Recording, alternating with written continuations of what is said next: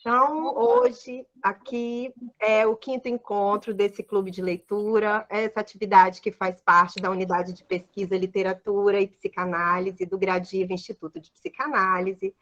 O nosso livro de hoje, escolhido por vocês, como a gente estava falando até agora, né, entre os dois livros propostos para votação, foi O que Você Está Enfrentando, de Sigrid Nunes. Esse livro foi publicado em 2020 nos Estados Unidos e lançado no Brasil no ano passado pela editora Instante.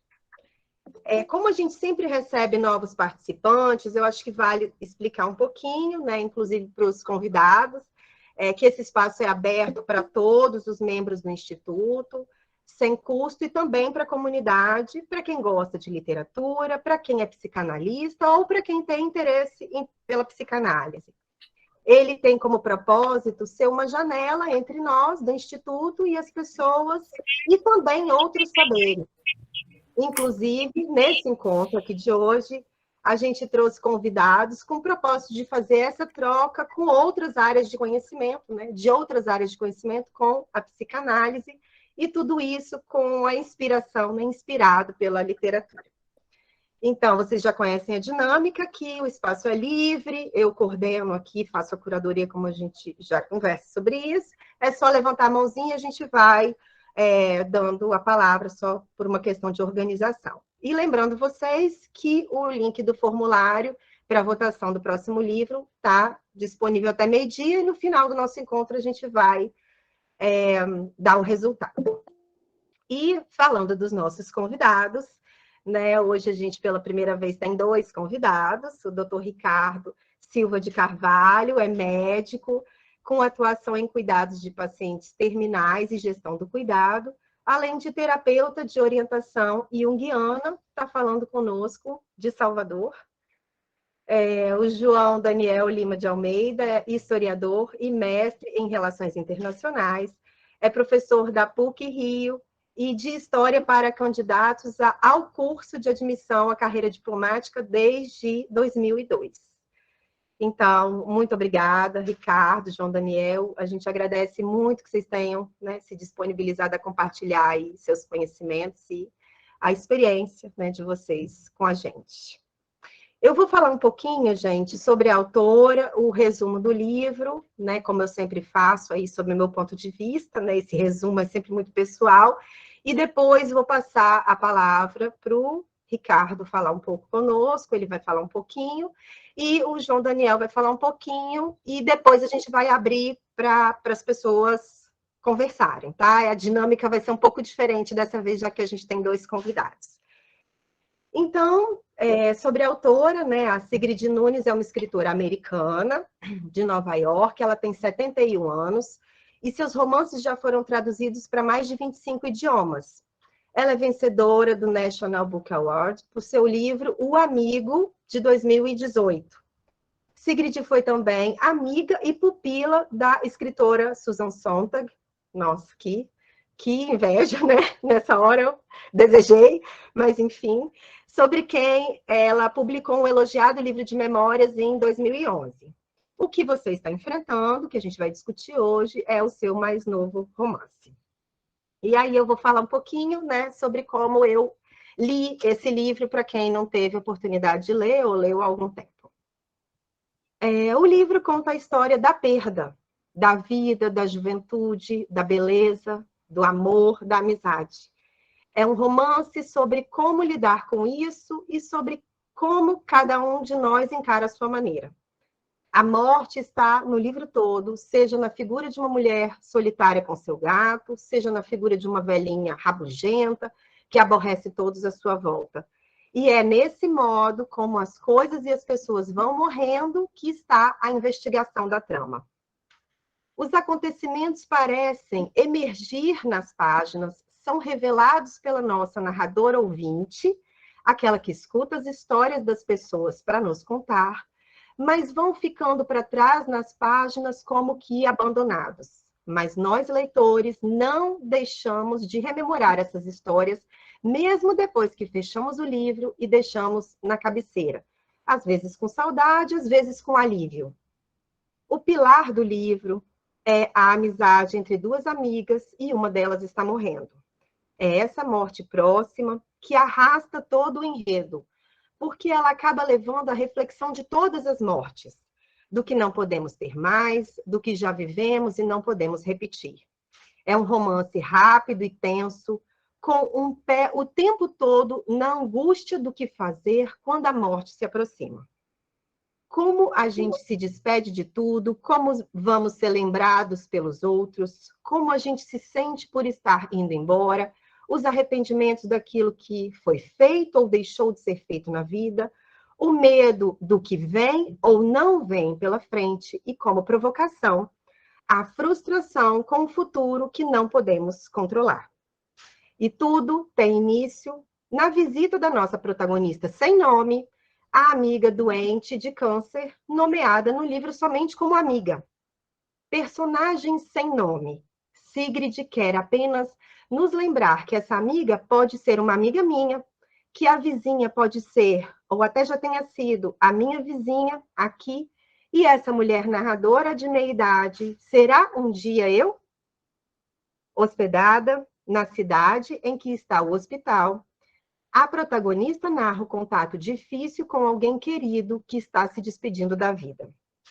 Aproveitando o tempo livre, vai à palestra de um professor, ex-namorado seu, que defende que a humanidade é irrecuperável e está destinada à destruição.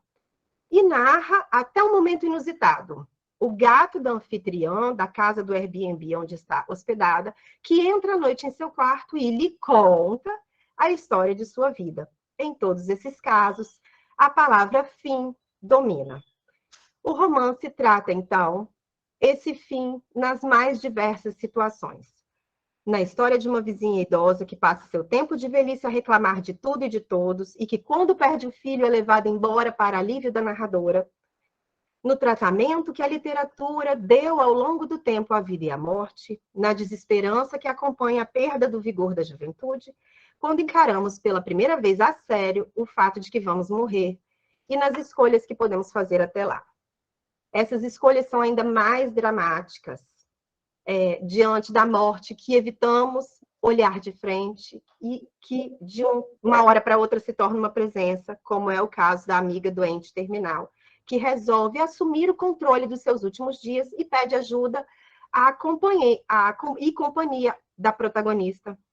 E essa amiga, né, doente, demanda alguém em quem confia ao seu lado quando decidir que é hora de ingerir a medicação fatal. Para levar o plano à frente, elas só se hospedam em uma casa de campo, onde criam uma rotina de passeios e conversas, rememoram sua amizade desde o início, as coisas de que mais gostavam e até combinam como um dia um sinal dirá que o fim chegou.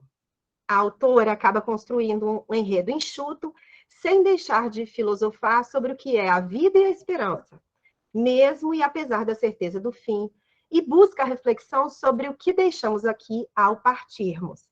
E trata da memória, da reconstrução do que a gente viveu e de dar sentido àquilo que não tinha sentido. O livro caminha para o fim, o tal exato instante da morte que foi tão elaborada, mas não chega lá.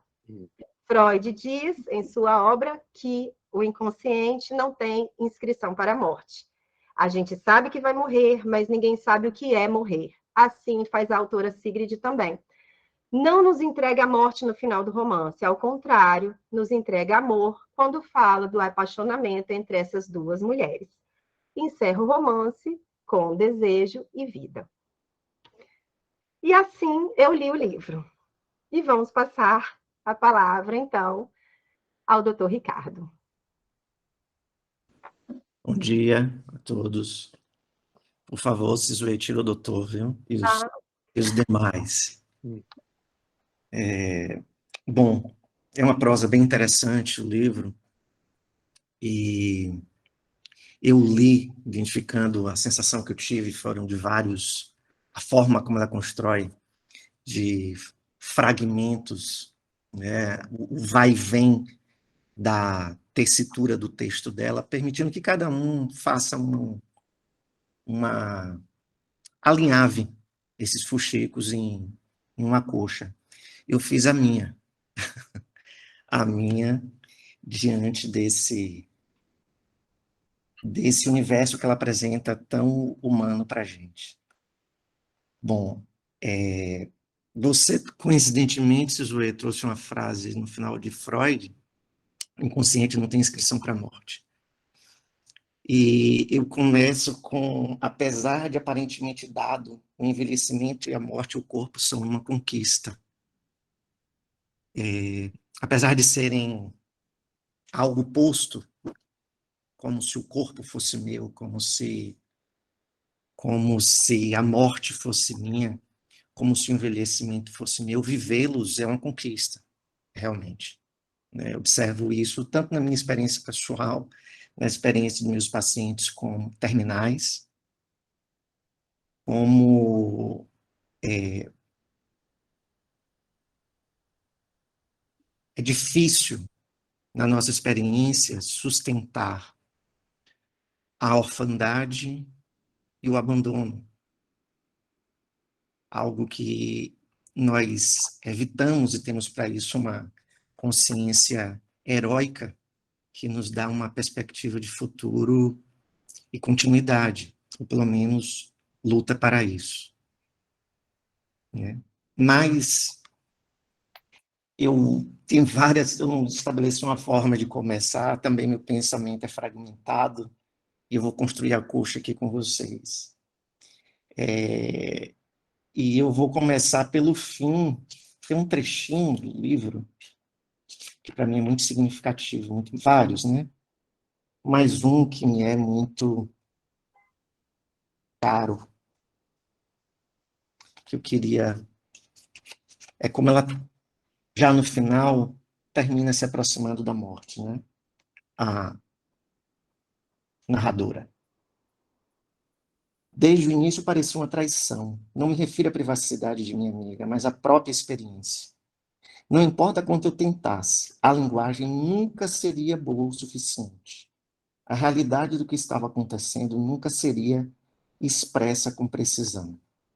Mesmo antes de começar, eu sabia que tudo o que conseguisse descrever acabaria estando, na melhor das hipóteses, em algum lugar à margem da coisa, enquanto a própria coisa passava por mim, como o gato que você nunca vê escapar ao abrir a porta da casa.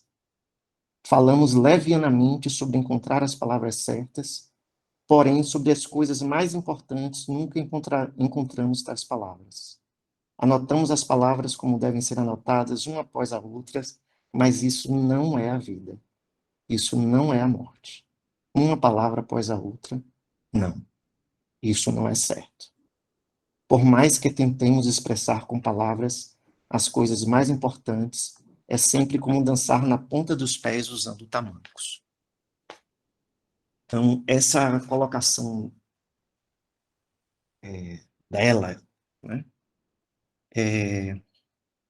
me dá a sensação que o fenômeno, ao final, terminou se abrindo para ela.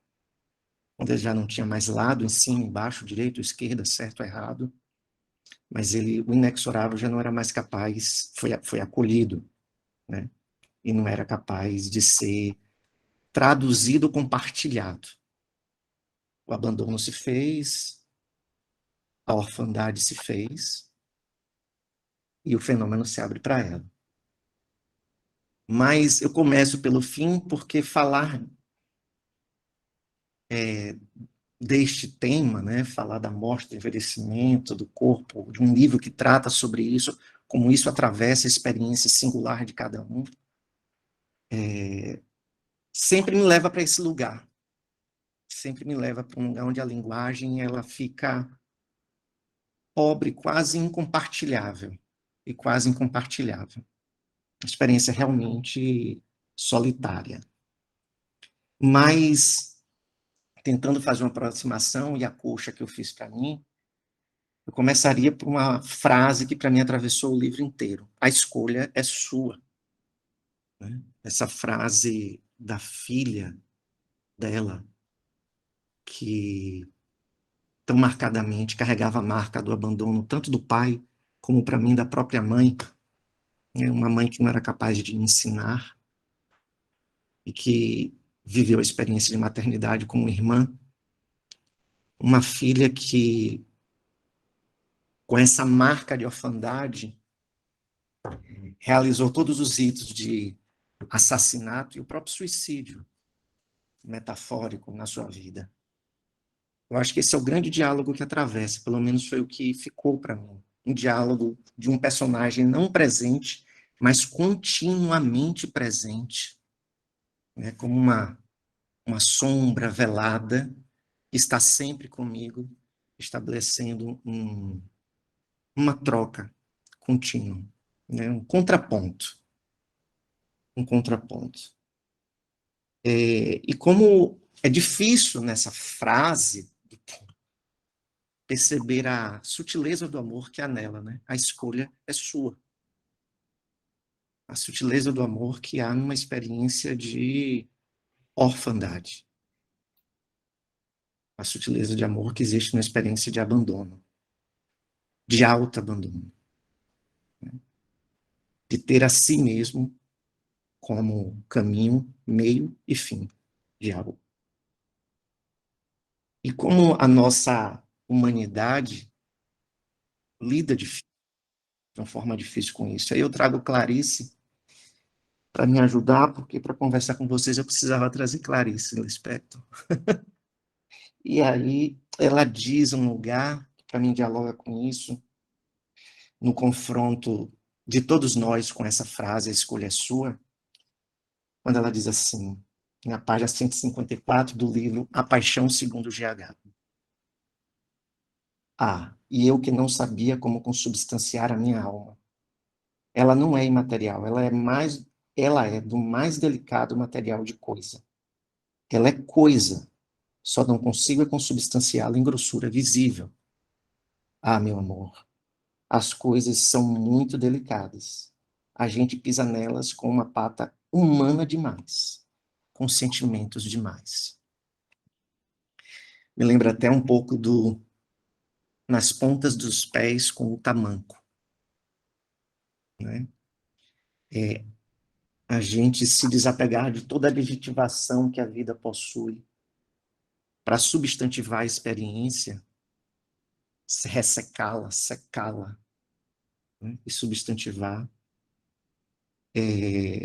para ficar com o fenômeno propriamente dito, com a experiência, que é para mim que a morte convida nós como humanidade para este lugar. Ela passa o livro trilhando o seu caminho da conquista da autonomia dela, né, da capacidade de dizer o próprio nome e realizar as próprias escolhas, e fazer as escolhas, né? E nesse ponto, ela descreve e passa por diversas experiências tanto nos livros quanto nas histórias, de formas literais e simbólicas de assassinato e suicídio.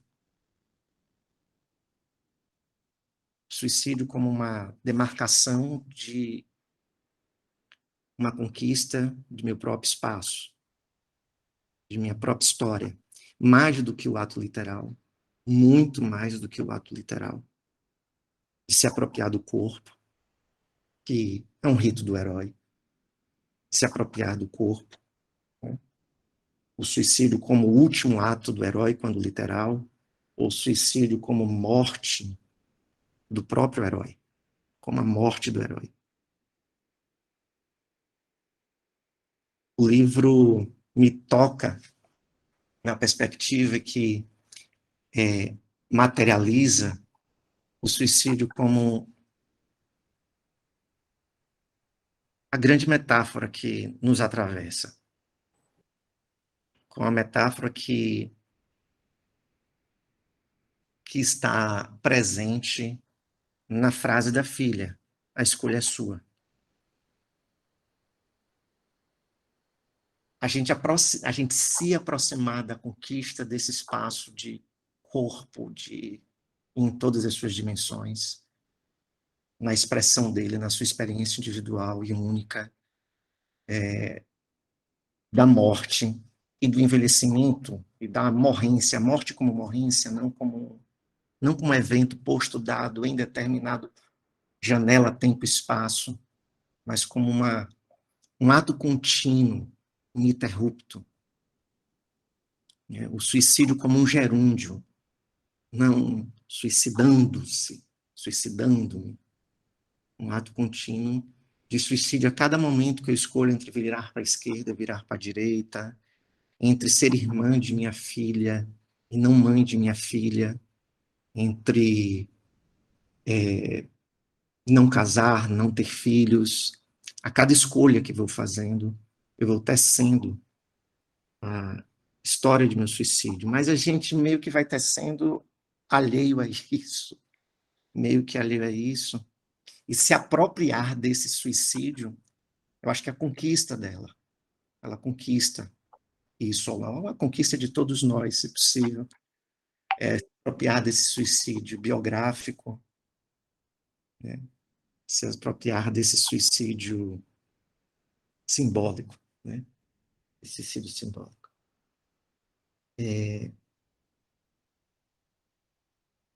Na minha experiência como médico, que eu não gosto do termo médico paliativista, né? Para mim, os cuidados paliativos eles vieram como uma linguagem necessária, como tudo que vem, como uma linguagem necessária para a nossa consciência coletiva, mas da qual a gente era órfão, digamos assim, né? A medicina como artífice do herói, aquele que luta até o fim, ou é capaz, ou acredita que é capaz de lutar até o fim. A medicina como filha lá atrás da cisão entre das trevas em iluminismo e romantismo, a medicina que transformou o corpo, em um objeto de experiência, né? O lado extrovertido de nossa consciência, enquanto romântico, mergulhou no corpo, suicidando-se na vida. Ela, por N razões, eu prefiro compreender por uma necessidade de alma mesmo, literalmente falando, ela precisou resgatar em algum momento isso. E alguns indivíduos foram identificados para estar nesse lugar, como se fossem portadores dessa linguagem. Na realidade, nós somos mediadores. Eu acho que a grande dificuldade é que a gente faz desse lugar altar, né? O médico adora fazer do lugar um altar. Acho que todos nós tecemos os nossos altares. Mas o médico em si, eu fico muito à vontade de falar, o altar que nós estabelecemos, ele é muito duro, né? Uma sanidade quase louca, é de uma loucura. Sã é uma sanidade louca, eu diria. E nessa dinâmica como médico, que não gosto desse termo, cuidados paliativos, eu prefiro paciente de vida, eu entendo que cuidado é um ato contínuo, ele não precisa ser fragmentado em etapas, enquanto sou vivente, a partir de determinado eu sou morrente. Não somos viventes e morrentes, somos mortos-vivos o tempo todo.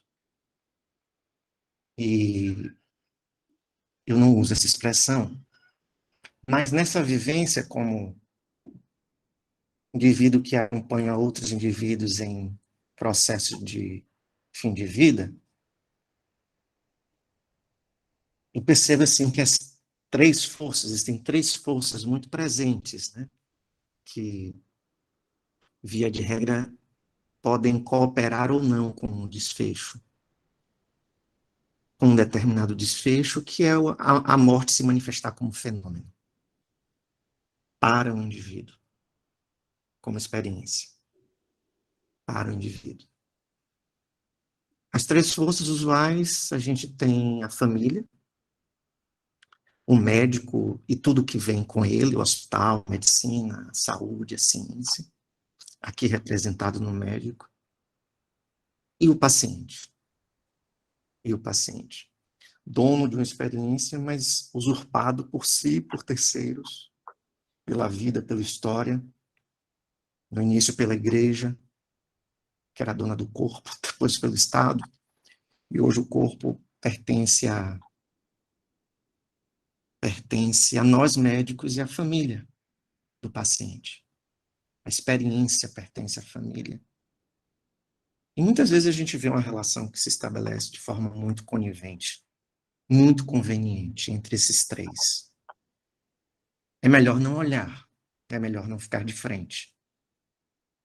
É melhor a gente ficar de lado ou de costas. E um drama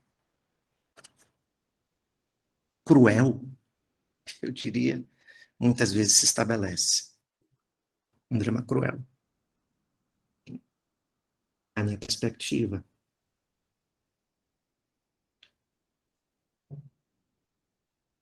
Não é incomum o médico, a medicina e a família se darem a mão,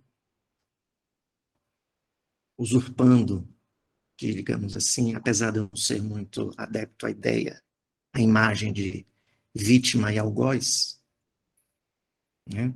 Eu não sei, adoraria poder dizer isso, mas não sou adepto a isso, da vítima e do algoz. Eu acho que as coisas se entrelaçam numa relação necessária, por mais absurda que pareça. Consigo identificar que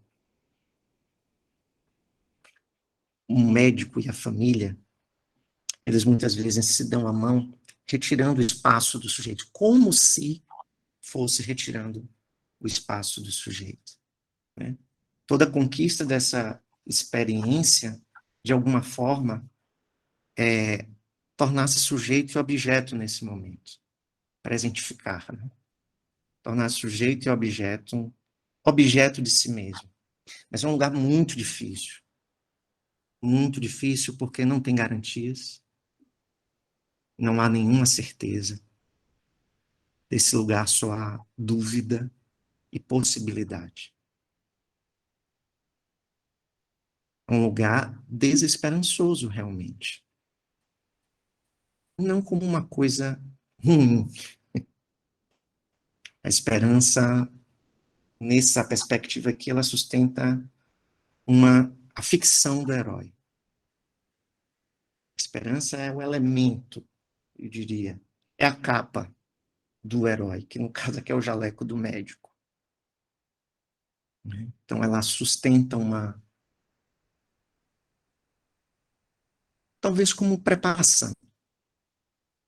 É difícil ficarmos de frente, rodar e ficar de frente de vez, né? Apesar da coisa estar o tempo todo de frente, a gente tem a sensação de que está de costas, ou dito de outra forma, é difícil abrir os olhos. É difícil abrir os olhos. É como de uma coisa que a gente tem medo, a gente consegue olhar pelo buraco da fechadura. A gente não abre a porta para entrar, mas a gente consegue olhar pelo buraco da fechadura. E devagarzinho a gente vai esquadrinhando o quarto escuro, tentando dar conta de abrir a porta e ficar de frente. Então esse é um lugar de onde eu compreendo a experiência de morte. É um lugar de completo desreferenciamento. Completo desreferenciamento. É para a consciência realmente até a possibilidade de uma loucura. É para a consciência, se abre para a consciência, é um lugar sem forma,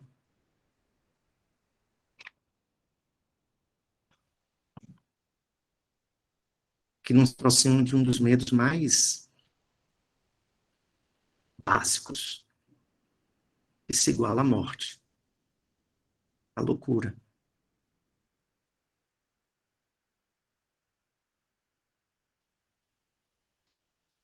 Nós, família e médicos, via de regra, é fundamentado por um positivismo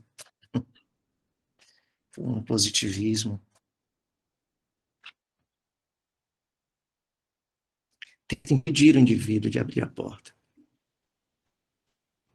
Em nome de um universo de coisas.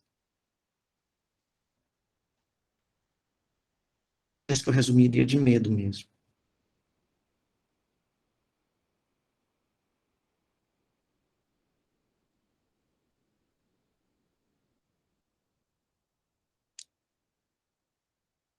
Eu já morri com alguns pacientes, diga-se. Eu já estive presente na morte de alguns pacientes, de muitos pacientes. Mas muitos. Tanto no processo como no momento. Mas eu nunca morri com eles. Porque só é possível morrer algo que a narradora tem com a amiga quando há um enlace. Só é possível morrer com quando há um enlace. Eu vivi muitas mortes com eles, as mortes deles. Mas morrer com ele, assim como quem escreve aquelas palavras ao final sobre o limite da linguagem é a narradora. Assim como em dado momento, ela diz: é como se fosse um ensaio para mim. É como se fosse um ensaio para mim. Ela está morrendo com a outra.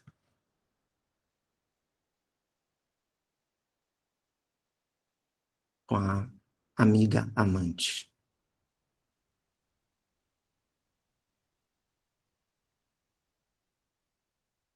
Nessa hora eu entendo o afeto e a conexão como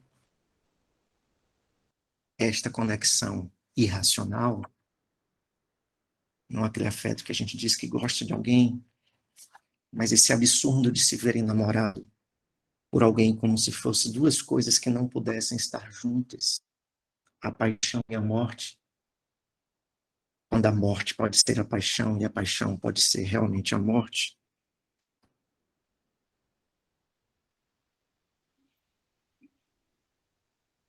É só nesse momento que realmente eu acredito que nós aprendemos a morrer. Nós aprendemos a morrer. Morrendo com. Morrendo com. Morrendo as minhas mortes, morrendo com as mortes daqueles que me são caros. Morrendo com. Mas dificilmente a gente morre com alguém. Dificilmente a gente vive a intimidade da morte com alguém. A não ser aquelas que se impõem para a gente. Uma separação. E olhe que nem todos estão presentes. Nem sempre ficamos presentes. Mas é nesse ponto que eu compreendo que é possível um corpo ensinar a outro corpo. Repetindo Clarice, a coisa sempre sabe da coisa. Nesse sentido, penso que é possível aprender a morrer. Morrendo com alguém. Morrendo junto.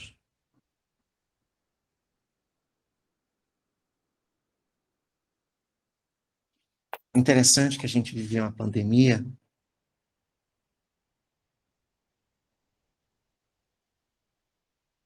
Eu preciso dizer a vocês que eu enxergo na morte não só um presente, como o presente. É assim que eu experiencio elas. E na pandemia, fugindo o nosso rito heróico normal, natural, é assim, coletivo. A gente dando conta de lidar com a morte, de todos os meios para evitar a morte.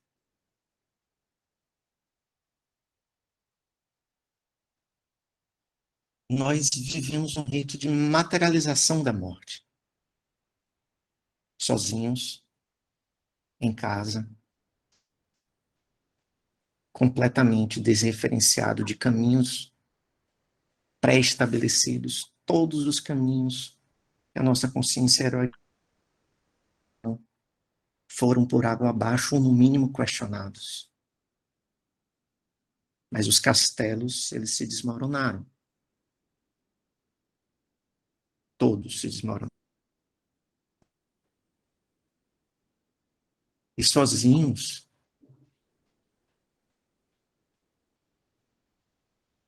onde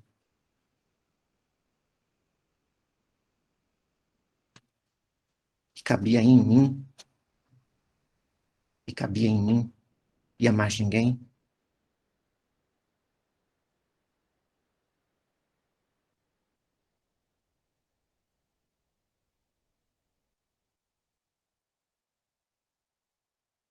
no escuro, onde resistimos a entrar, porque não se trata de ver, se trata de tatear e ter o corpo apenas como referência. A única referência no escuro que temos é o corpo. Única. Nós tivemos a oportunidade de materializar o fenômeno morte.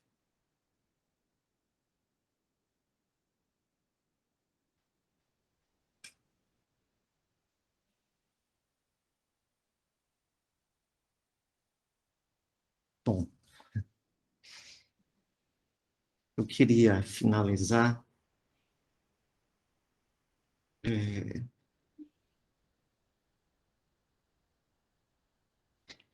eu gosto muito da metáfora do suicídio. Ela me é muito cara também. Eu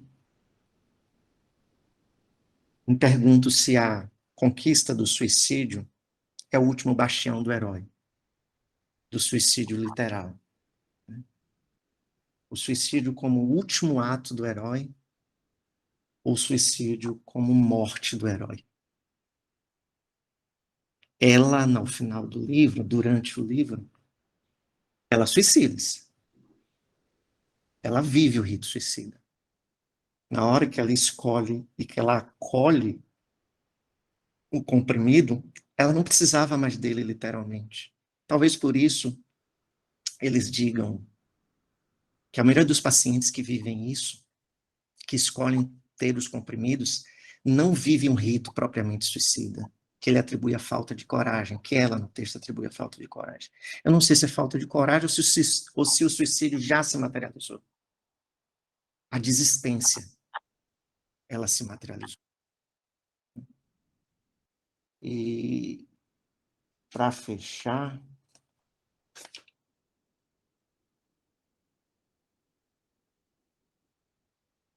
eu abro Clarice de novo, no último capítulo de A Paixão segundo GH. A desistência é uma revelação. Desisto e terei sido a pessoa humana. É só no pior de minha condição que esta é assumida como o meu destino. Existir exige de mim o grande sacrifício de não ter força. Desisto, e eis que na mão fraca o mundo cabe. Desisto, e para minha pobreza humana abre-se a única alegria que me é dado ter, a alegria humana. Sei disso e estremeço. Viver me deixa tão impressionada. Viver me tira o sono. Chego à altura de poder cair. Escolho, estremeço e desisto. E, finalmente, me voltando à minha queda, despessoal, sem voz própria, finalmente sem mim, eis que tudo que não tenho é que é meu. Desisto. E quanto menos sou, mais vivo. Quanto mais perco meu nome, mais me chamam. Minha única missão secreta é a minha condição.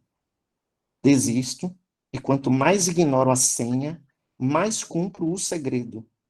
Quanto menos sei, mais a doçura do abismo é o meu destino. E então eu adoro. Bom, era isso, meus amigos. Esse livro me acompanha na cabeceira. E era impossível não aproximá-los.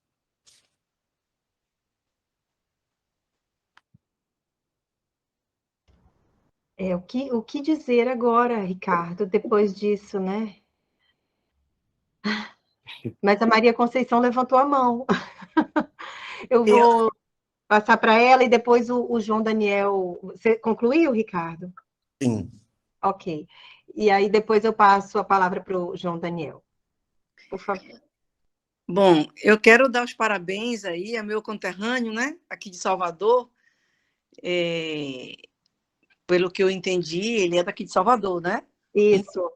Pronto. Gostei muito porque ele traz poesia, ele traz uma literatura de Clarice que é muito poética. Praticamente você leu aí um poema, né? Um poema muito profundo. Eu sou cardiologista e também escrevo, sou metida poeta.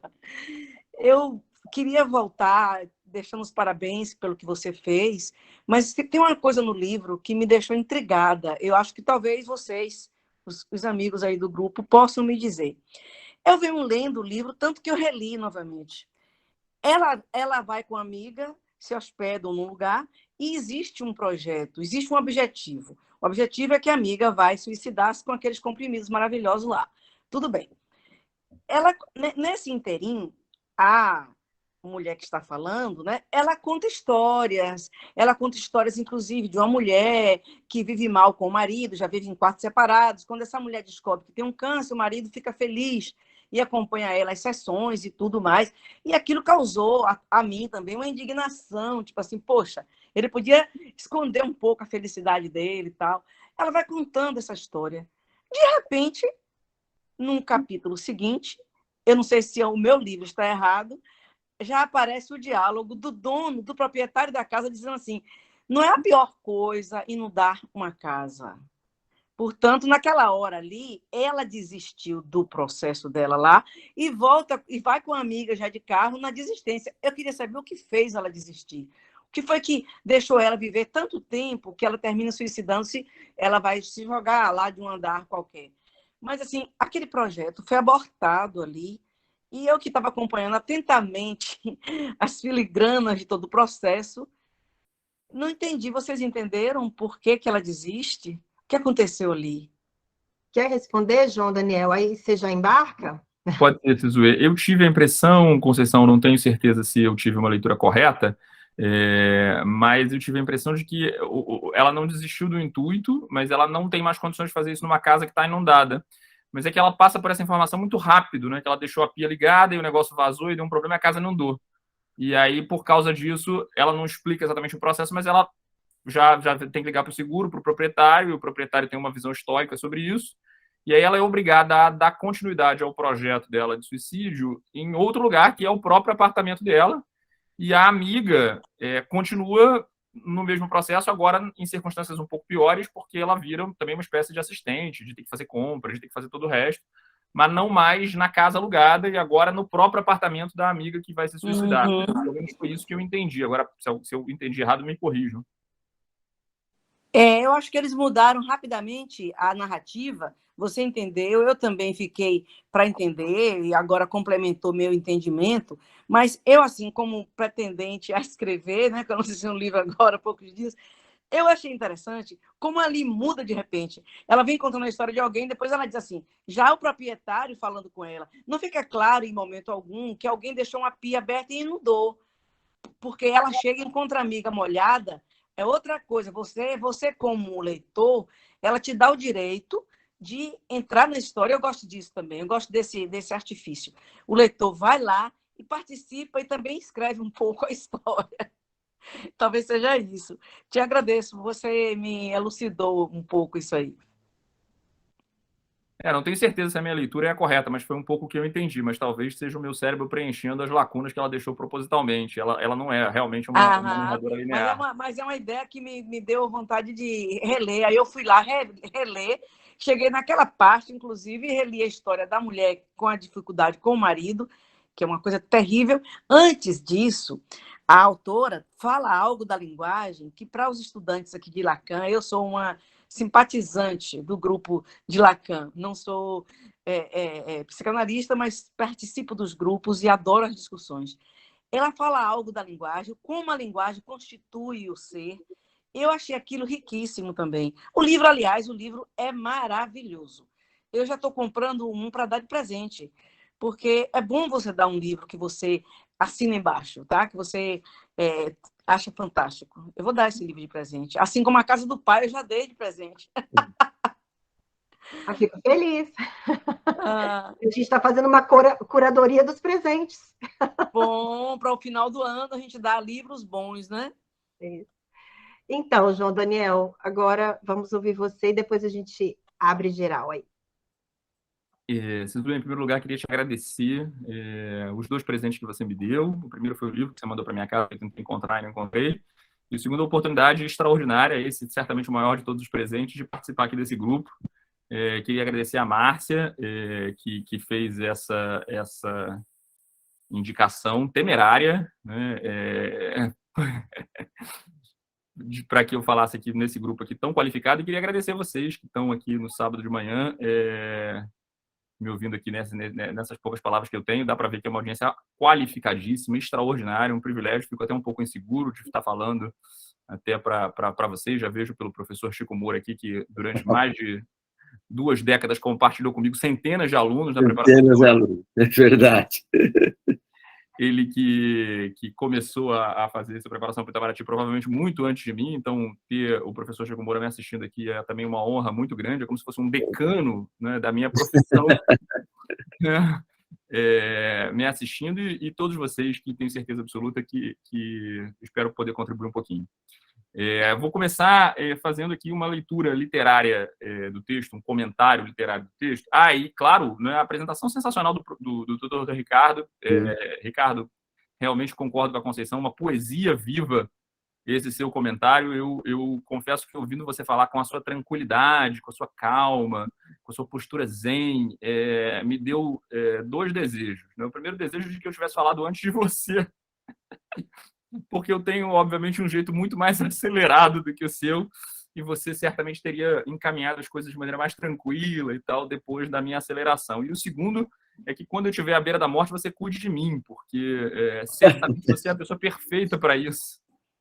Você vai encaminhando a gente de maneira tranquila, né? Provavelmente a pessoa nem vai sentir e tal, que está sofrendo. E um pouco sobre essas reflexões da morte que eu gostaria de discutir. Em primeiro lugar, o livro dela me lembrou, na hora que comecei a ler, um livro com o qual eu tive contato ao longo dos últimos meses, que foi a autora Raquel Kusk, que eu falei para a Sizue.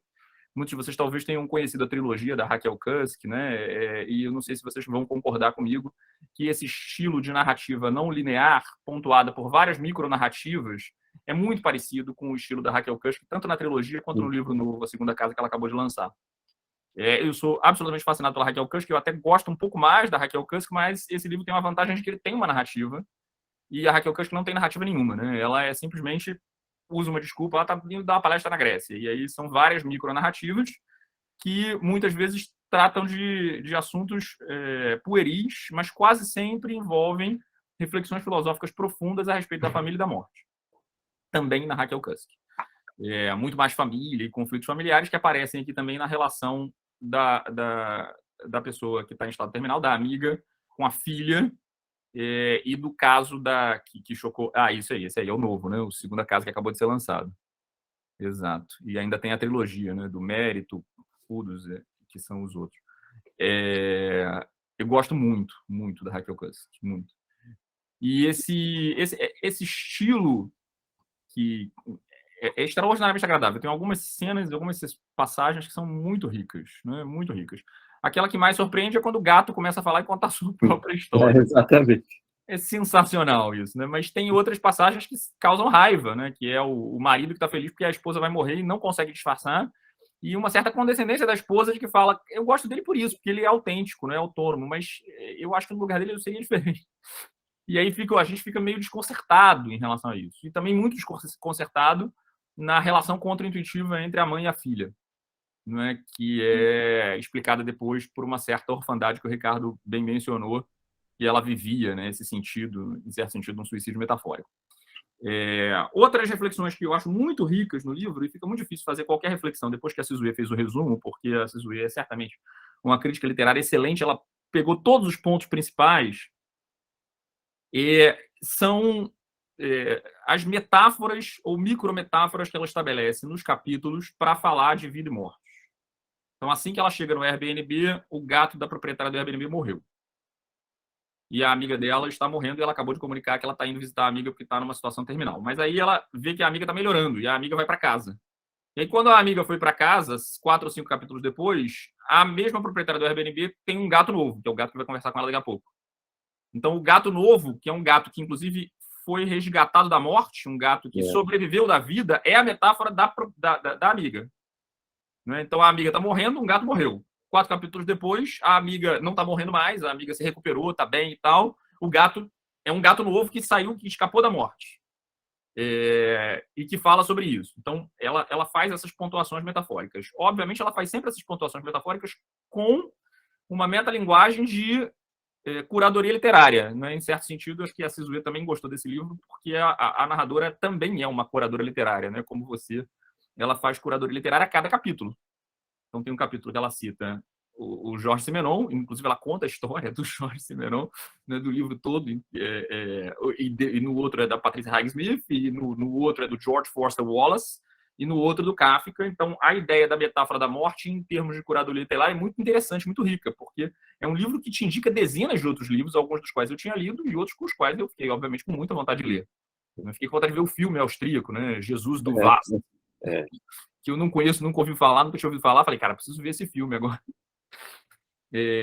Inclusive da morte da memória, porque em vários momentos são memórias inventadas. A amiga inventa uma memória de que teve uma relação com ela e que eles fizeram um trabalho de faculdade juntos sobre um determinado assunto, e que não fizeram nunca, segundo ela.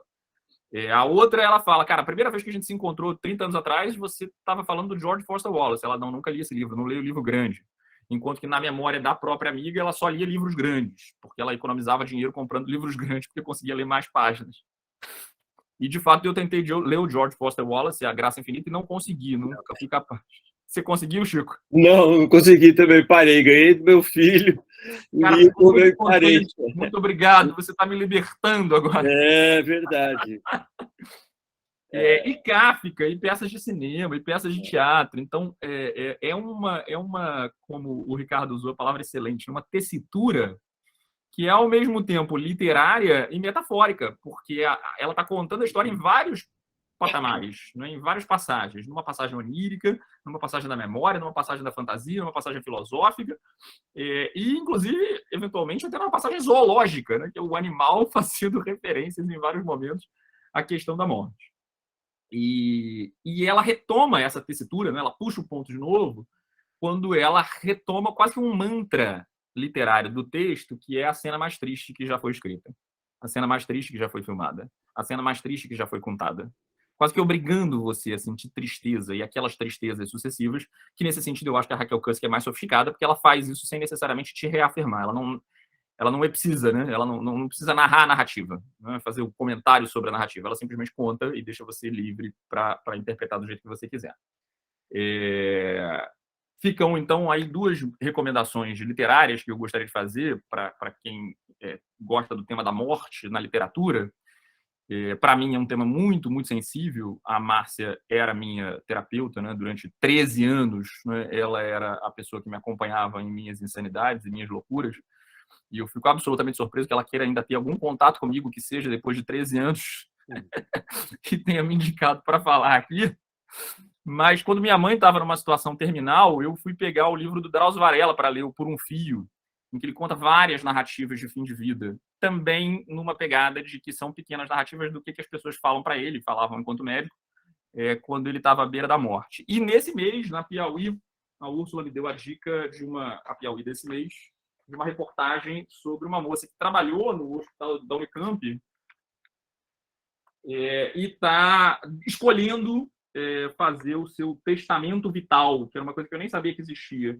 A reportagem é Quero Ser Respeitada, na Piauí desse mês, 2 páginas, onde ela conta um pouquinho da história sobre isso. Eu me senti no dever desse convite, né, primeiro me perguntei, né, minha síndrome de impostor me perguntou por que será que raios eu fui convidado, né, para falar para psicanalistas sobre literatura? Eu não entendo nada nem de literatura, nem de psicanálise, e aí eu cheguei à conclusão de que talvez existisse aí possibilidade de que, em sendo historiador, fosse interessante falar desse tema, do tema da morte, a partir de uma perspectiva histórica, historiográfica, sociológica.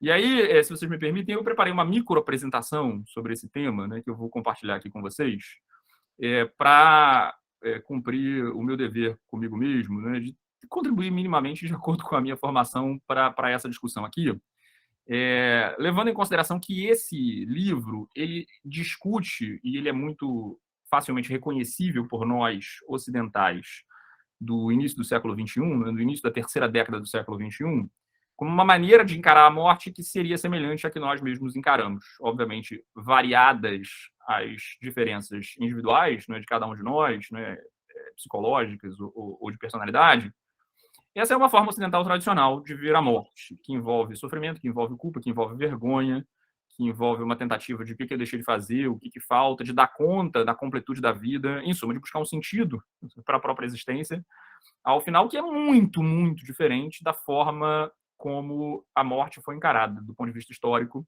por outras civilizações, mesmo ocidentais, no passado, ou pelas civilizações orientais ainda hoje, que tratam a morte de uma maneira um pouco diferente, talvez mais estoica, ou talvez mais natural e mais normal. Eu ousaria dizer, inclusive, que os nossos antepassados, não muito antigos, né, os nossos pais e os nossos avós, tinham uma relação com a morte já bastante diferente da nossa, num passado não muito remoto. Uma vez em que, até a década de 50, né, quando os antibióticos, né, começaram a chegar no Brasil, né, eles que foram inventados do contexto da Segunda Guerra Mundial e entraram no mercado, as pessoas morriam mesmo, e morriam com muito mais frequência, de modo que meu pai e meus avós viam, né, seus irmãos, seus tios morrendo dentro de casa. Não eram hospitalizados, não ficavam em CTI, não eram colocados, né, em casas, ou em sanatórios, ou em casas de idosos, e morriam dentro de casa. Então, o meu pai, que tem 75 anos de idade, viu várias pessoas morrerem dentro de casa, e isso é uma coisa mais rara de acontecer hoje. De um modo geral, a gente tem um certo pudor em relação à morte, cada vez mais, e me parece isso um problema social, a necessidade de esconder a morte. Como se a morte não fosse parte da vida, como se a morte não fosse, né, mais um dia a ser vivido. Então, essa normalidade com a qual as crianças viviam e cresciam, né, com a morte, ela dava uma certa resiliência, que o Ricardo bem percebeu na literatura como um ensaio. Ela via a morte da amiga como um ensaio, ela estava se preparando, se treinando para a própria morte dela, que é um modo muito, eu diria, saudável, né? A gente, obviamente, tudo na vida a gente aprende com os outros, né? Ou através, né, de aulas, ou através da experiência, quase sempre através da experiência. Não necessariamente uma experiência ruim precisa ser a nossa, né? A gente pode, inclusive, aprender com a experiência ruim dos outros para fazer com que a nossa seja um pouco menos ruim, ou melhor um pouco. E no caso da morte, que todos viveremos, né, espera-se, imagina-se, sem sombra de dúvida, seria um aprendizado. Eu fiz aqui uma rapidinha apresentação, que eu vou compartilhar aqui com vocês, para mostrar que isso, sem sombra de dúvida, tem uma forma diferente de ver ao longo dos séculos. Eu vou abrir aqui e vou discutir aqui como essa ideia de morte, ela mudou. Mudou radicalmente, tá, ao longo do tempo. Então, eu vou começar... vocês, por favor, me confirmem se está aparecendo o meu PowerPoint. Está aparecendo, só não está no modo... Isso, modo apresentação. Agora já está. Agora está. Tá, então eu vou começar falando das necrópolis e dos enterramentos, depois eu vou discutir um pouco sobre o tabu da morte, e finalmente vou tentar apresentar o futuro da morte, né? Se é que a morte tem um futuro, né? Uma vez que parece que a morte é o fim, né? Mas do tema da morte temos um futuro.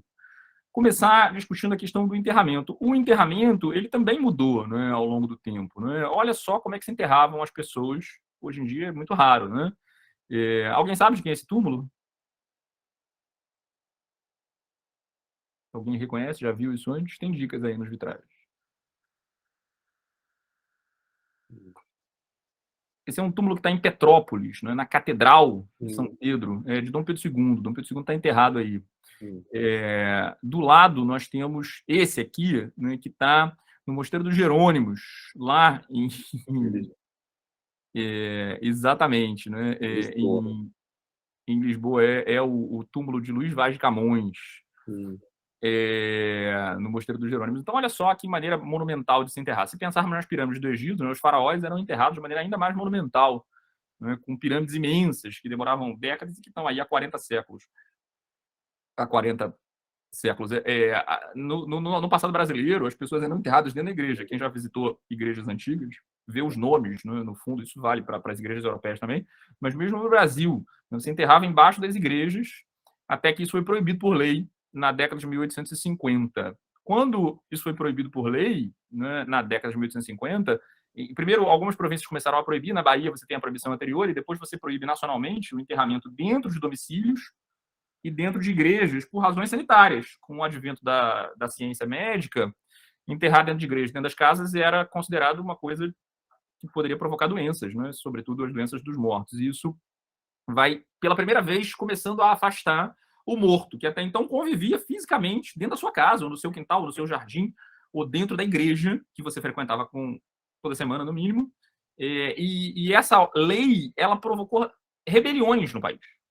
Você tem rebeliões. Isso é um cordel de 2006, né, que conta a história da Cemiteirada, que foi uma rebelião que aconteceu na Bahia em 1836. Várias outras rebeliões aconteceram pelo país, porque fica mais caro enterrar na minha casa ou na igreja. Eu não gasto nada, mas enterrar num cemitério particular eu sou obrigado a pagar, né? Quem já teve que enterrar um ente querido sabe, né, que não necessariamente é muito barato, né, você enterrar, dependendo se você quer cremar ou enterrar e pagar lá o carneiro, em suma. E isso gerou revoltas, as pessoas saíram na rua contra isso. Tá? Na entrada do cemitério São João Batista, por exemplo, né, Rever Teriade Locum Tuum, que é um cemitério que fica aqui próximo da minha casa, no bairro de Botafogo, em cima, não dá para ler aí, mas foi fundado em 1851, logo depois da aprovação dessa lei nacional. Então, ele é um cemitério público que obriga as pessoas a enterrarem os mortos nesse lugar, que é o único lugar para enterrar os mortos, passa a ser o lugar dos mortos. Os cemitérios sempre existiram, mas não era obrigatório que você enterrasse alguém no cemitério, né? Você podia enterrar dentro da sua casa, podia enterrar dentro da igreja, o que inclusive era o mais normal. É o primeiro processo de afastamento dos mortos dentro da casa. Tá?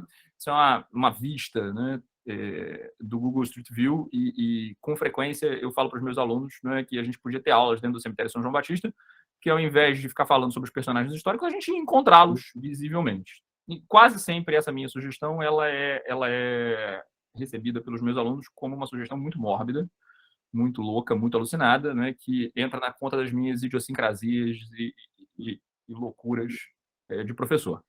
A única vez em que essa sugestão foi aceita foi quando me pediram para dar uma entrevista no Fantástico sobre a Primeira Guerra Mundial, e perguntaram onde eu preferia ser entrevistado. Eu falei que preferia ser entrevistado no cemitério São João Batista, onde estavam lá os heróis da Primeira Guerra Mundial, e a Leila Sternberg topou isso, né, e a gente foi para o Fantástico. Como a Globo fez isso de improviso e não tinha pedido autorização para o próprio cemitério, a guarda do cemitério ficou perseguindo a gente dentro do cemitério, né? Então, essa também é um grande momento da minha biografia, onde eu fiquei fugindo da guarda do cemitério junto com a Rede Globo para fazer um episódio do Fantástico, que acabou indo ao ar, né? E eu consegui dar essa entrevista, finalmente, a única aula que eu dei dentro do cemitério, mas me diverti muito, né? Adoro o cemitério. O Cemitério da Consolação. A primeira vez que eu fui a São Paulo, um dos primeiros lugares que eu visitei foi o Cemitério da Consolação.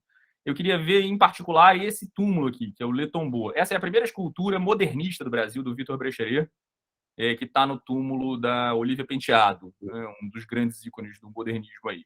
E aí, passeando pelo Cemitério da Consolação, que é um dos meus lugares favoritos em São Paulo, eu, de longe, vi essa cara aqui, né, lá no fundo do cemitério. Então, eu falei, o presidente Campos Salles. Reconheci na hora e fui andando em direção a ele, cumprimentá-lo. O presidente Campos Salles, grande figura de São Paulo, que criou a política dos governadores. Visitar cemitérios é uma alegria. Para mim, professor de história, então, uma alegria. Mas isso é visto como uma coisa muito mórbida, muito esquisita.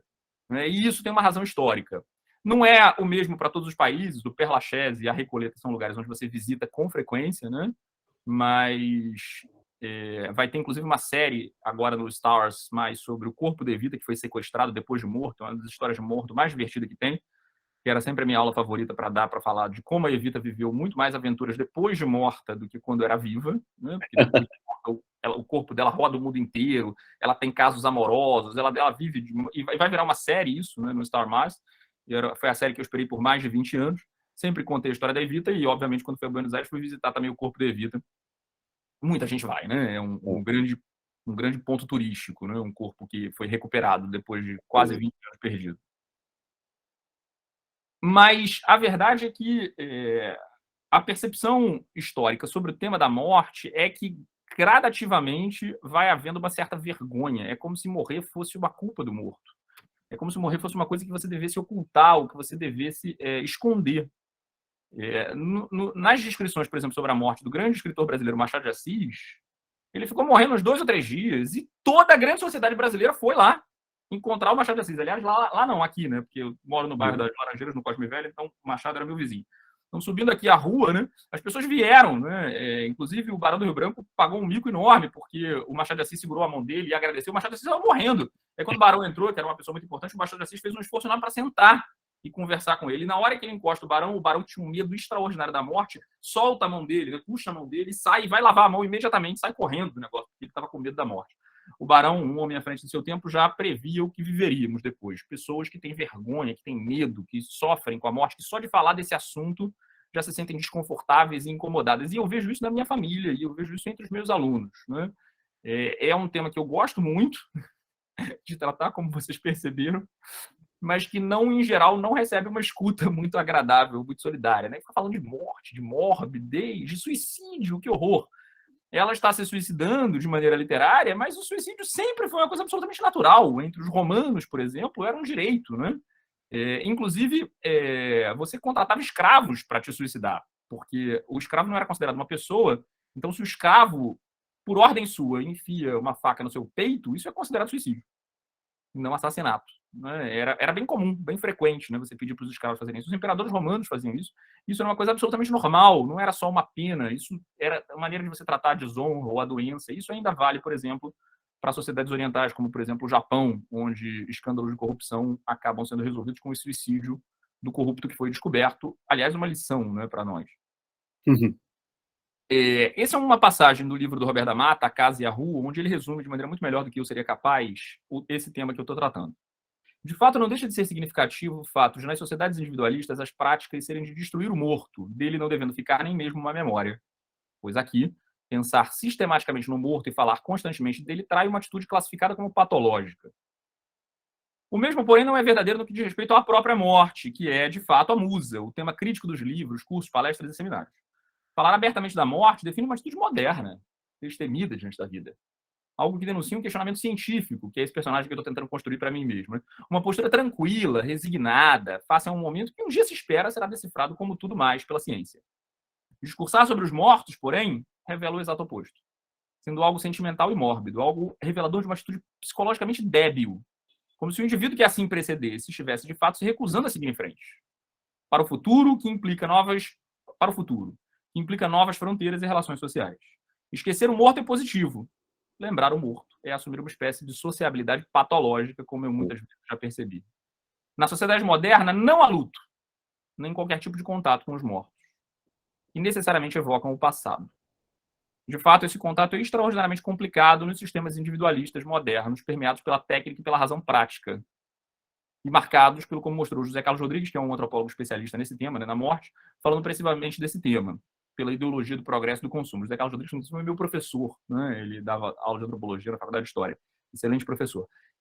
De fato, a gente vai excluir cada vez mais o morto, sendo que as histórias de fantasma eram muito mais comuns quando eu era criança, né? Eu era adolescente, e muito mais comuns ainda na infância e na adolescência do meu pai e dos meus avós, onde a morte era cotidiana, e esse tema era tratado de maneira muito mais natural, porque as pessoas morriam em casa, à vista de todo mundo, e com muito mais frequência, numa sociedade onde não tinha antibiótico, onde as crianças morriam, onde as pessoas morriam muito mais cedo, e agora a morte vai sumindo, né? Ela vai sendo ocultada, os fantasmas, né, vão desaparecendo, né, do nosso tema. Né?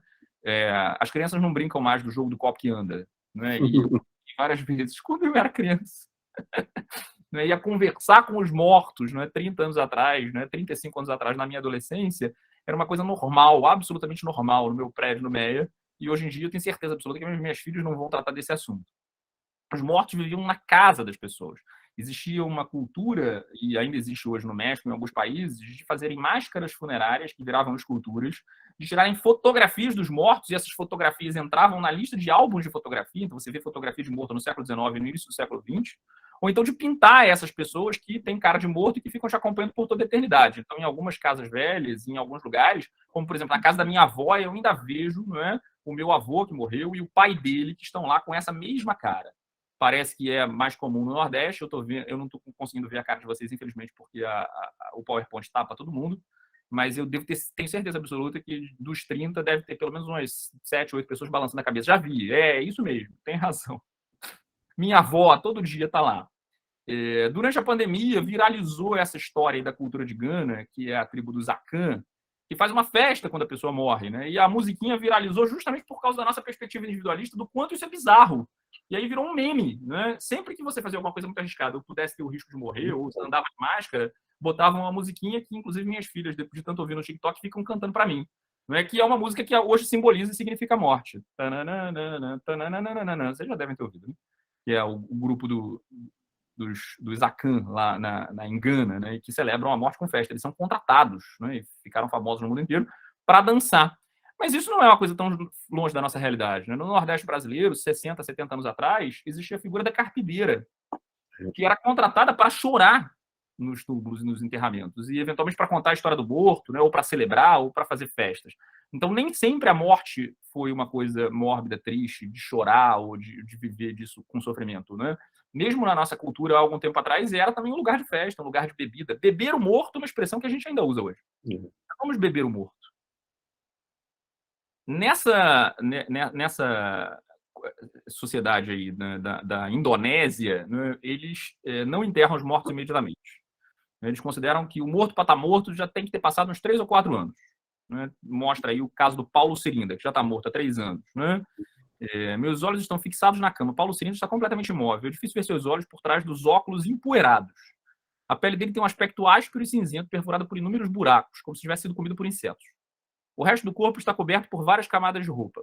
De repente, os netos começam a brincar dentro do quarto e me forçam a encarar a realidade. Por que o vovô está sempre dormindo? Um deles me pergunta com uma risada insolente. Vovô, acorda, vamos comer, o outro grita. Shhh, parem de importunar o vovô, ele está dormindo. Mamá Lisa agarra os dois. Vocês vão deixá-lo zangado. Ocorre que Paulo Cirinda morreu há 12 anos. Mas a sua família ainda crê que, de alguma maneira, ele esteja vivo. Então ele fica aí. Ele fazendo parte da vida, né? Chamam ele para almoçar, mas ele não vai almoçar. Ou levam comida para ele, e aí deixam a comida no quarto, e depois retiram a comida. Né? E essa reportagem, que é uma reportagem do ano passado, é uma reportagem que eu tenho certeza que só de estar lendo ela para vocês agora provoca desconforto e incômodo. Eu tenho certeza que, se não em todos, certamente na Úrsula, que está aqui, né, deve estar tremenda. Meu Deus, não, morto na minha casa.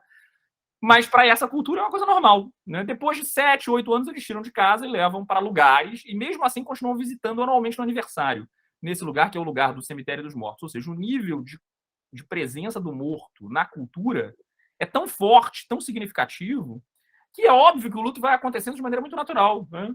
Uma das bênçãos da minha vida, certamente não da minha mãe, mas foi o fato de que ela demorou 8 meses para morrer. E eu fui me acostumando psicologicamente para isso. Né? E que se fosse uma bala perdida, né, o sofrimento seria muito maior. Então eu fui perdendo ela gradualmente. E isso, para mim, ou para aquelas pessoas que ficaram, né, é uma maneira de você fazer a prestação do sofrimento. Né? Nas Casas Bahia, em 12 prestações. E pagar é muito mais alto.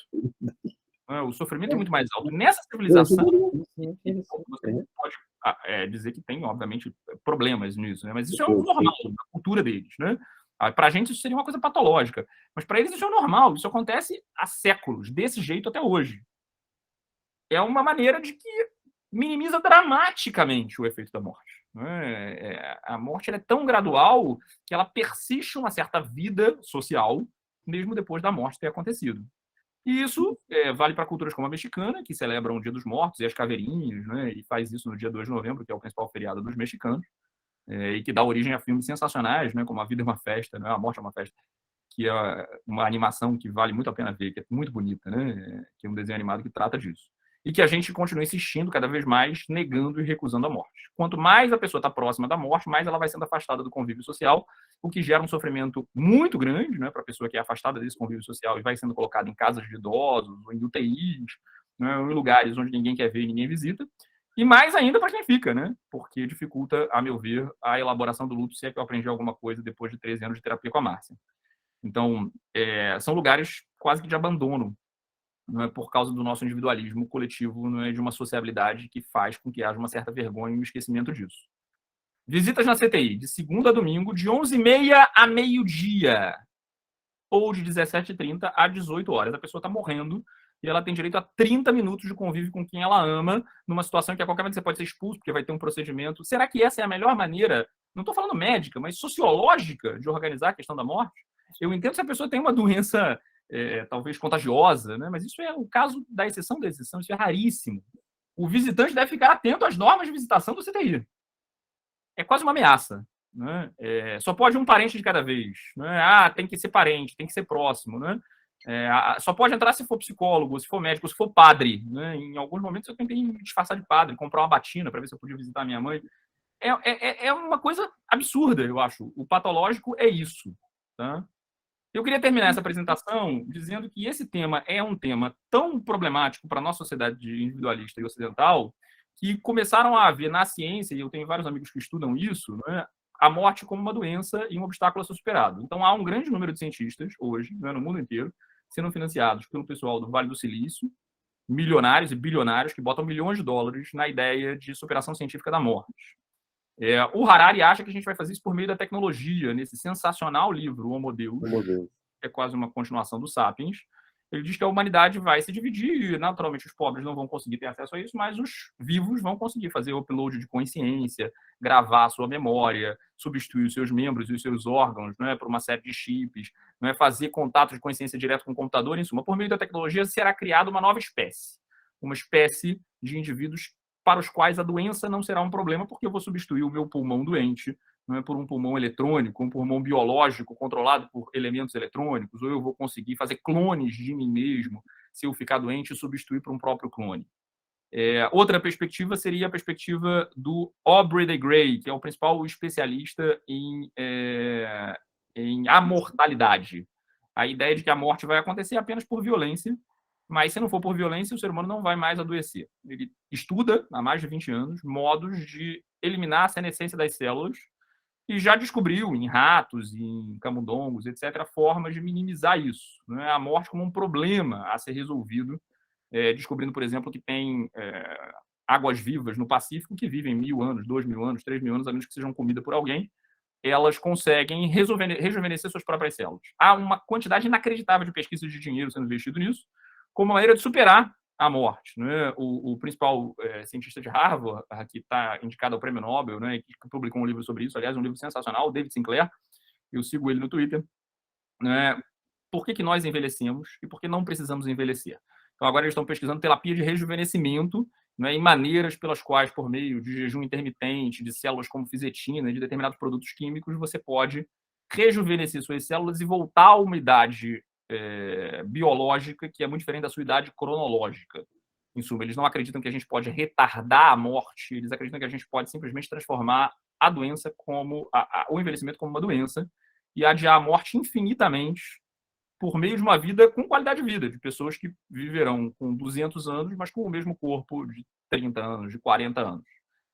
Se, por um lado, isso gera muitos dilemas éticos, muitas perspectivas, se isso é uma coisa boa, se isso é uma coisa ruim, se a gente vai estar preparado para isso ou não, eu imagino que, cada vez mais, isso é um debate que vai começar a surgir no debate público, mas isso também é, em alguma medida, uma resposta à imensa dificuldade que nós temos de lidar com o tema da morte, como esse livro literariamente tratou muito bem, e como eu espero ter conseguido também trazer para vocês com base nessa exposição que serve para tentar justificar minha presença aqui. Eu não sei se eu consegui.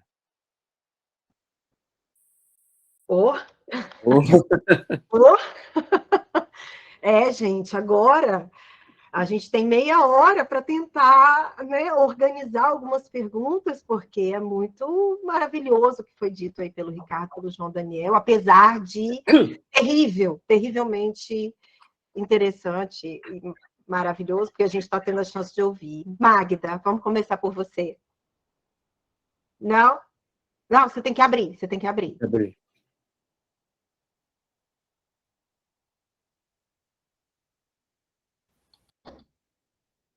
Eu estou com um problema aqui. Abri, consegui. Eu gostei muito agora de ouvir você falando sobre a morte, a história da morte, acho uma coisa importantíssima. E eu tenho um livro que se chama A História da Morte no Ocidente, do Philippe Arrier, que eu nunca tive coragem de ler, mas que eu agora vou ler. É sensacional, é muito bom esse livro.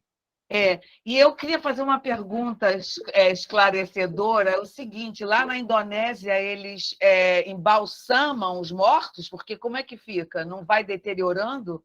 Eu acho que a temperatura é uma coisa muito seca, e aí isso necessariamente, é claro que gera algum certo odor e tal, mas o fato de ele ser tratado naturalmente ali, naquela casa e tal, por causa da temperatura muito seca, não gera problema, né? E além disso, eles vão sendo tratados também, dão banho no morto, né, limpam o morto, então o morto não foge completamente da lógica cotidiana, passa um paninho no morto. Eu vou te mandar aqui no chat o link da reportagem. Obrigada. E aí você pode ler a reportagem toda. Essa reportagem da BBC aqui está no link. Eu fico muito grata a vocês dois, João e Ricardo, porque isso é uma coisa que não se fala, é uma coisa importantíssima, e para mim isso é um tema muito importante, entendeu? O direito que a gente tem, inclusive, de escolher morrer. Eu fui ver, entendeu? Aquele filme e me dei conta, inclusive, que você tem que estar em boas condições para escolher morrer, porque senão depois você, vamos dizer assim, você vira mesmo objeto dos outros e você não pode mais decidir nada. E eu acho isso uma coisa fundamental, porque é uma coisa, entendeu? Que a gente tem que ficar se sujeitando a uma contingência. A gente é responsável pela vida, como é que não vai ser responsável pela própria morte? Então, eu fico muito grata a vocês de ter tido essa oportunidade de estar aqui escutando vocês dois. Muito obrigada. Magda, eu te agradeço. Eu recomendo que você leia a reportagem da Piauí. Vou ler, desse mês, vou ler. Deve ser respeitada. Inclusive, conta a história dessa advogada que publicou um livro chamado Testamento Vital, chama Luciana Dadalto, e que discute justamente essa questão de que a pessoa em vida, de preferência com a anuência dos parentes próximos, já faz um testamento dizendo quais são os meios que ela quer de prolongamento ou não da vida, e inclui isso para os médicos, porque o que essa advogada fala é que muitas vezes você fala isso da boca para fora e depois as pessoas não respeitam, né? E fazem uma série de coisas invasivas e tal. Sim. Então ela fala que isso é um mecanismo jurídico que permite que a vontade do indivíduo seja respeitada quando ele não tiver mais condições de apresentá-la. Tem uma outra indicação também bastante interessante, que é novo, é um livro desse ano, chamado Heresia. É de uma psicanalista chamada Beth Millon, Isso. Ela, inclusive, foi analisando a do Lacan, e ela escreveu já um livro sobre essa experiência com Lacan, mas esse livro recente é um pouco romanceado da relação da personagem com a mãe. E ela vai fazendo essa elaboração mesmo do tempo de morrer, do tempo de morrer. É bem interessante. Fala isso que você está dizendo, Magda, assim. Eugênia? Tô com a câmera fechada, gente, porque eu tô no celular e ficou tremendo, tá? Fiquei dançando aqui, ficou ruim. Bom, parabéns, Ricardo, né? Parabéns aí, Daniel. Gente, olha, foi maravilhoso. E eu quero falar uma coisa pro Daniel, João Daniel, né? Que, assim, me alegrou muito, porque eu sou apaixonada por cemitério, para mim é um lugar cheio de histórias, e todo mundo me questiona isso. E aí eu fiquei muito feliz de ter um parceiraço que também ama cemitério, e também, assim como eu, acho um lugar lindo, né? Mas, assim, vamos lá. Tem um filme, A Excêntrica Família de Antônia, que trabalha muito bem esse tema. Esse filme ganhou, na época, ele ganhou do Quatrilho, concorreu junto com o Quatrilho, né, o prêmio, e ele ganhou. Maravilhoso, né, esse filme, e do tema, né, desse tema da morte. É um tema que eu gosto muito, e gosto de ler livros com a temática, li José Saramago, As Intermitências da Morte, que é uma grande paixão na minha vida, porque José Saramago é uma paixão para mim. Fiquei viúva quando ele morreu. Pois é. Então, é um tema, assim, que me encanta demais. E como seria bacana se a gente falasse disso com naturalidade, como a gente pôde discutir aqui hoje, né? Então, assim, gratidão aos dois. esse grande poeta, né, doutor Ricardo, porque falou assim lindamente, com aquela calma, como se estivesse declamando, né? E para o João, que é meio parecido comigo, mas agitadinho. Parabéns, e assim, gratidão, Sizue, cada dia eu fico mais encantada com esse grupo. Um beijo no coração de vocês, tá? Tô amando. Obrigada. Caio, tem que abrir o microfone. Opa, vamos. Bom dia a todo mundo. Só fazer algumas colocações em cima do que o João Daniel disse. Primeiro que eu tive essa experiência de ter um morto dentro de casa, e não foi uma morte acidental, tá? Porque um morto dentro de casa qualquer um pode ter a qualquer momento, né? Mas eu digo que o meu avô paterno, ele faleceu... Bem, ele tinha já um enfisema pulmonar. Depois de um certo tempo não havia muito o que fazer no hospital, nós levamos o meu avô para casa com os balões de oxigênio para ficar conosco, né, na casa do meu pai. E o curioso é que ele foi colocado no meu quarto, na minha cama, e eu fui para o quarto lá de trás da casa. Né? Nós combinamos isso porque ele ficaria do lado do quarto do meu pai e da minha mãe. Ele não só morreu em casa, no meu quarto, depois eu voltei para o meu quarto, como ele foi velado na sala de casa. Ele não foi velado numa capela ou em um cemitério, ele foi velado em casa, o dia todo velado em casa. Então vinham parentes nossos e nós ficávamos circulando pela casa, almoçamos. Eu tinha 16 anos, minhas irmãs tinham 13, 14, e ficávamos circulando pela sala ao lado do meu avô morto, em cima de uma mesa. Foi muito natural para a gente isso. E também tive a experiência com a minha mãe, não tão longa quanto a mãe do João Daniel, mas a minha mãe, durante 3, 4 meses, esteve numa UTI. E essa despedida longa, sofrida, foi feita, né? Bem, e nós sabíamos que o final era quase que certo, que seria a morte. E uma última colocação, ontem eu conversando com o Sizue e com a Angélica, eu coloquei a seguinte perspectiva. O livro, né, até por conta das crenças da protagonista, da amiga doente, do professor palestrante, ele não trata, ele trata indiretamente, mas não trata em nenhum momento da perspectiva da vida após a morte. Todos os personagens acreditam que a morte encerra tudo, né? E o que fica, vale pensar no que vai ficar, né? Não vale pensar no depois. Claro, né, essa certeza de que não há nada depois, ninguém pode ter, você pode ter a convicção, né? É uma convicção pessoal, certeza não há. Então, eu só senti falta um pouco no livro dessa questão ser levantada pelos personagens na trama do livro, né? Ela não é discutida, não é apresentada em nenhum momento. Isso me chamou a atenção, né? Mas, de resto, o livro trata muito essa questão eu achei interessante essa questão da memória, da lembrança, de como é que as memórias vão... O João Daniel lembrou uma coisa interessante, né? Como é que a personagem doente vai lembrando de coisas que não aconteceram, né? A amiga diz, olha, eu não vou dizer que não a ela, não é o momento de dizer que não, né? Se essa memória faz bem a ela, vamos deixar essa memória aí. Mas eu não fiz isso com ela, esse momento nunca aconteceu.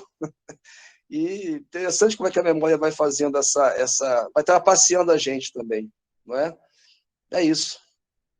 Caio, eu acho que o contraponto desse seu incômodo com a falta de vida após a morte, ele é perfeitamente exemplificado pelo ex-marido, que tem a visão nihilista de que não vai sobrar nada, de que o planeta vai acabar também. Uhum. Então a morte não é só a morte do indivíduo, é a morte do planeta, é a morte de tudo, né? Então tem uma coisa assim, meio que não vai sobrar nada, não tem que falar depois, porque nada sobrará. Uhum. Eu acho que tem um pouco isso, a própria morte em termos globais, assim, a morte do planeta. Uhum. Entendi. Perfeito. Márcia? Tem que abrir, Márcia. Você não quer falar primeiro, Sizue? Não, prefiro deixar vocês. Não. Primeiro, eu queria falar que eu estou assim, encantada com esse encontro, começando pela Sizue, né? Que eu acho que o que você fez aqui hoje assim, foi um um apanhado, assim, eu fiquei assim, já comecei a ficar emocionada aí, né? Eu achei assim, de uma beleza ímpar.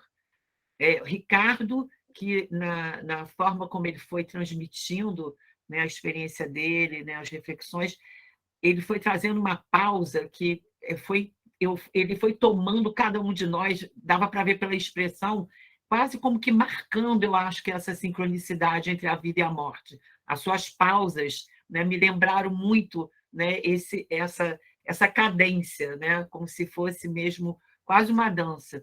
E João Daniel, que para mim não é surpresa, né, eu reitero que sim, eu queria te escutar mais por um outro viés, e acho que você trouxe para a gente algo assim riquíssimo, né? Como é toda essa parte também histórica, suas reflexões, né? Com humor, com muita vitalidade, assim, uma coisa muito interessante. E o que, para mim, eu deixaria como pergunta para a gente refletir é que é algo que vai na contramão desse a morte como futuro, né? Vocês achariam que o encarar da morte, quer dizer, não olhar pela fechadura, mas abrir a porta, né? Esse encontro, o olhar, né? Trazer essas pausas para dentro da nossa vida, faz com que a gente, né? Quer dizer, perder o medo de morrer faz a gente perder o medo de viver?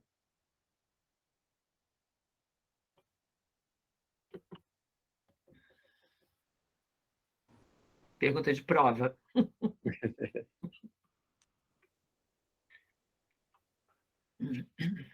Bom, eu compreendo, Márcia, que...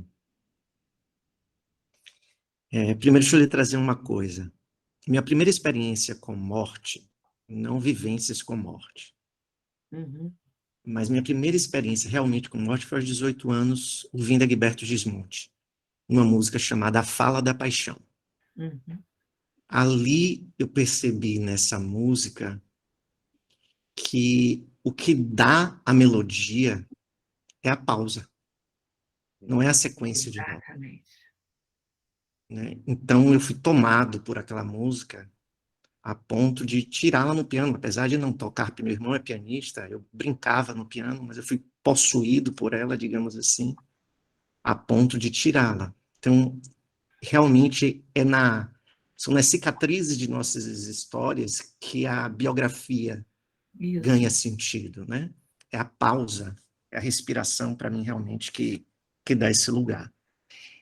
Eu penso que é exatamente isso. Só é possível. A ideia de vida após a morte, eu acho que tudo que é dito é uma verdade, imanentemente, né? Não necessariamente transcendente. Transcendente é individual, mas a vida após a morte, eu reconheço como a abertura que se tem após, não sei se é perder o medo da morte, mas após uma aproximação, um diálogo com essa morte. Esse é o... Veja que se abre um apaixonamento entre elas duas quando o suicídio é acolhido. Então, a vida se abre para elas duas. Há um encantamento de uma ouvir a outra. O inexorável, ela fala, o inominável, tem um momento que ela pergunta no final, quando isso, como se ela estivesse tomada por algo, quando isso vai acabar? Né?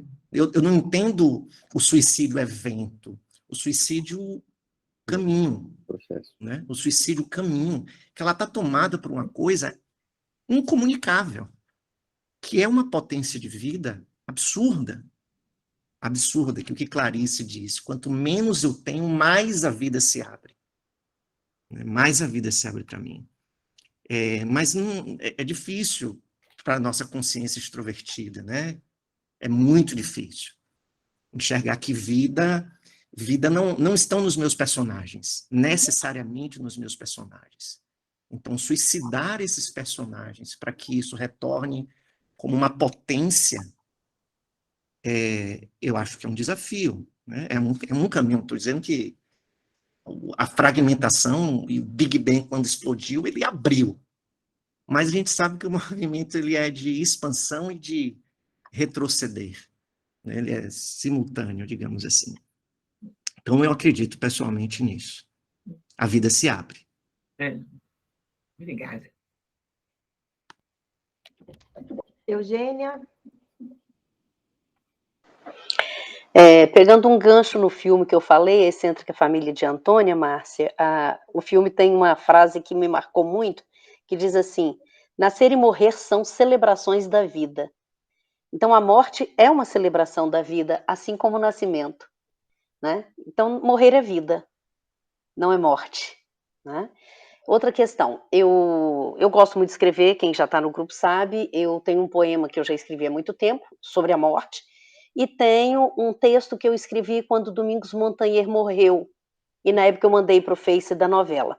Eu depois vou colocar no grupo, né? Peço permissão a Sizuê para colocar no grupo, e gostaria que chegasse ao João Daniel e Dr. Ricardo, tá? Porque, como é o tema eu gosto muito, e o João Daniel é meu coleguinha agora, parceiro de tema, então eu vou depois colocar, hoje não, porque eu não estou em casa agora, mas vou colocar no grupo, tá bom?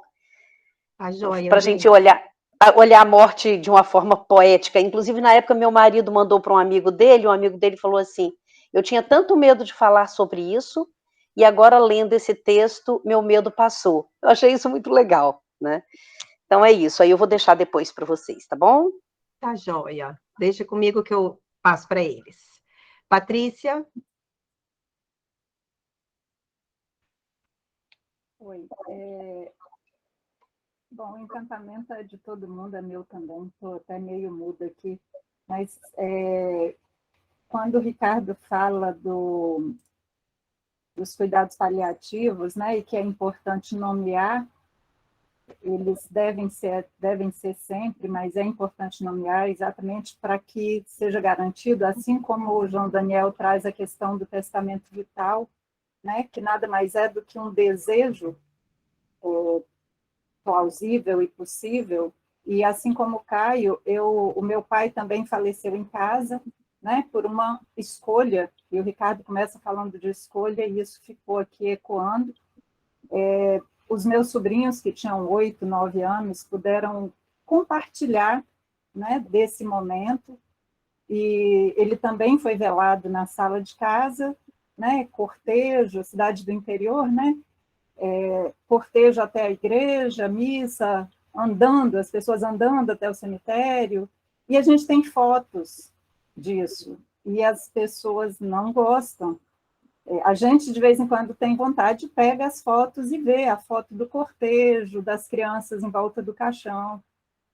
A gente já entendeu que não pode falar disso com muitas pessoas da família, porque eles acham isso extremamente mórbido. Isso, sei lá, bom, cada um, são processos que a gente constrói, né? E aí eu fiquei pensando no que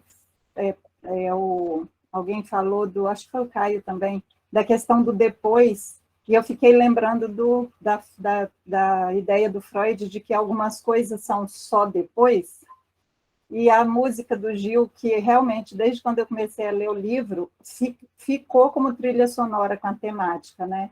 E quando ele diz, não tenho medo da morte, mas sim medo de morrer, qual seria a diferença, você há de perguntar?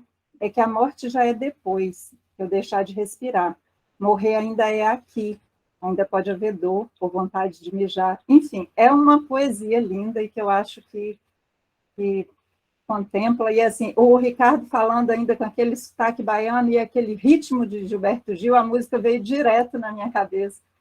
E eu compartilhei aí no grupo só um pedacinho da música. Lindo. A Patrícia sempre está trazendo essas coisas, assim, essas músicas, essas coisas lindas para o grupo. Eu queria trazer, gente, para começar já a finalizar, a carta do Henry James para Grace Norton, que é mencionada aqui no livro, na página 112, que não fala muito aqui, mas eu pesquisei, consegui localizar um pouquinho de informações sobre essa carta, né? Essa carta foi escrita em meados de 1883. A Grace estava sofrendo um luto pela morte de um familiar, e o Henry James, que escreveu a Volta do Parafuso, a última Volta do Parafuso, depende da tradução, ele começa a carta para ela dizendo assim: não sei o que te dizer, mas essas não serão minhas últimas palavras, senão as primeiras. E isso é lindo, né, gente? Não há o que dizer para cessar essa dor no outro, essa falta, né, do outro.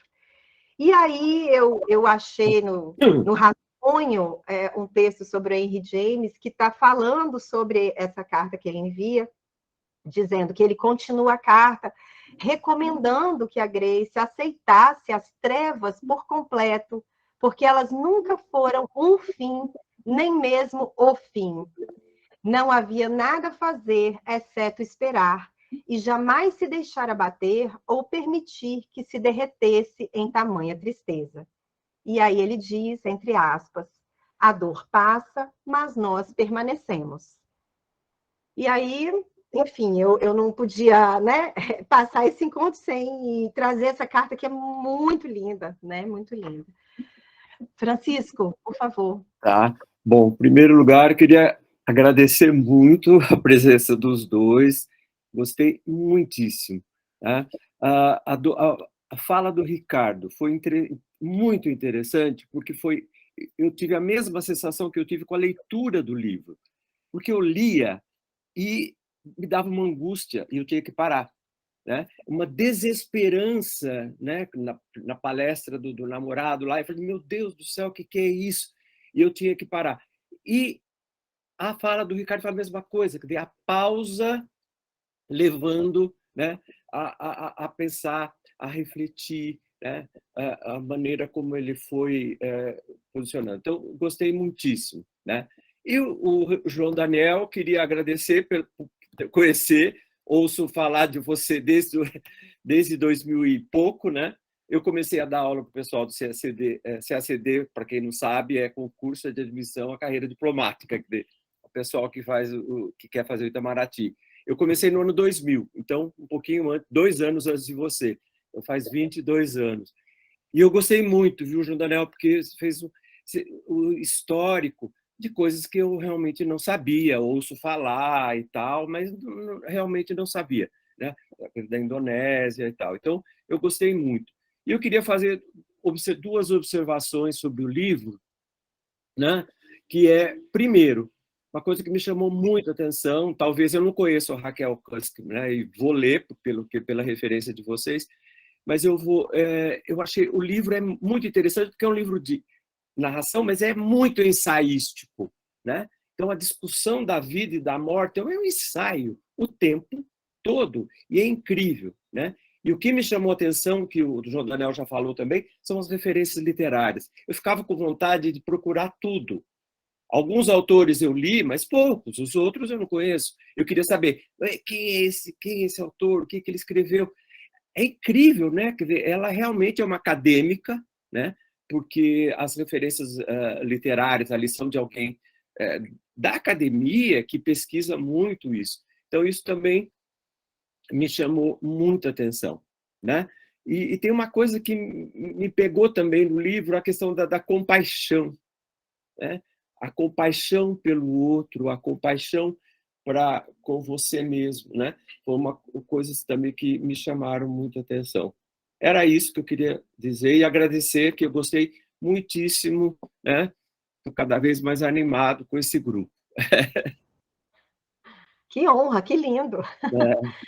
Aí, assim, se vocês puderem, Ricardo, João Daniel, falar as últimas palavras, né? Aqui para esse grupo.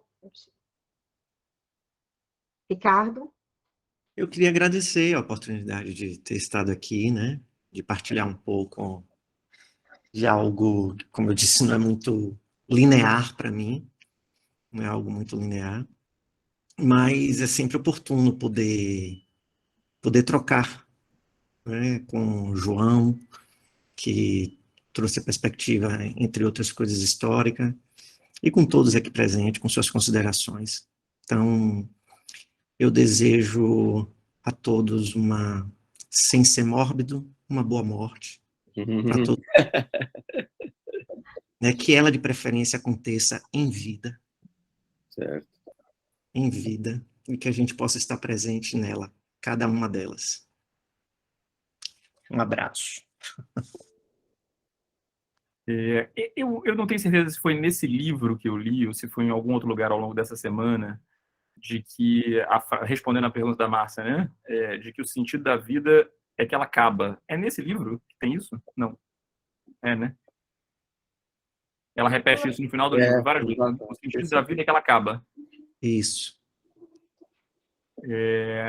Não sei se é a melhor resposta, né? Tem certamente pessoas que discordam disso. Na minha apresentação eu mostrei algumas pessoas que acham que é possível que ela não acabe, né? O que eu acho realmente uma utopia, mas torço para que eles tenham razão em vida. Mas acho que é um pouco isso que eu disse no início, né, Sizue? Você me deu 2 presentes. Me deu um livro magnífico e me deu acesso e conhecimento a essas pessoas maravilhosas, né, com essa escuta incrível, magnífica, e um reencontro excelente com a Márcia, com o Chico, né, e vários outros conhecimentos aqui que eu vou ter. Vou terminar aqui, vou ter um trabalho enorme, vou gastar uma grana na Amazon comprando Henry James, comprando... ouvindo o Egberto Gismonti, que eu já botei aqui no Google para ouvir a música, né? Não tem letra, né, Ricardo? Acho que é só instrumental, né? Ele é um pianista e violinista contemporâneo, mas só instrumento. Essa música é A Fala da Paixão. A Fala da Paixão já está aqui. Vou ouvir A Fala da Paixão, vou ouvir o Gilberto Gil. Então, são muitos, muitos presentes para uma manhã de sábado, que eu não tinha expectativa de que ia ser tão rica, mas tão rica. Muitíssimo obrigado. Que lindo, gente, que bom. Acho que, assim, minhas últimas palavras seriam que a gente, né, seguisse apostando na palavra, apostando no laço, né, e apostando na vida, né? Então, gente, aproveitando aí a presença do João Daniel e do Ricardo, vou apresentar qual será o nosso livro de julho. Quem sabe eles se animam e queiram ler com a gente, entrar no nosso grupo. Catarina está pronta para mostrar? Eu também não sei, gente, qual foi o livro vencedor.